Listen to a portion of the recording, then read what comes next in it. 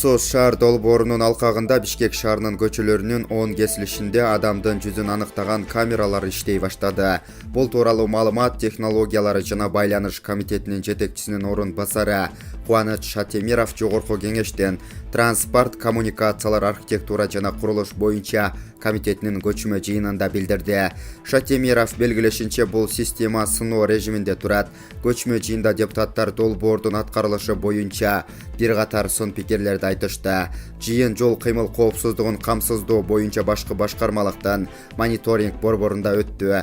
Коопсуз шаар долбоорунун биринчи фазасы 12 февралда тест режиминде иштей баштады. Анын алкагында Бишкектеги 10 кесилишке камера орнотулуп, 17 стационардык, 20 көчмө программалык аппарат комплекстери коюлду.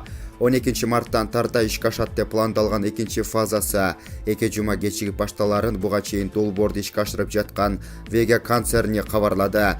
4 этапты камтыган долбоордо жалпы 38 кесилишке камералар коюлат.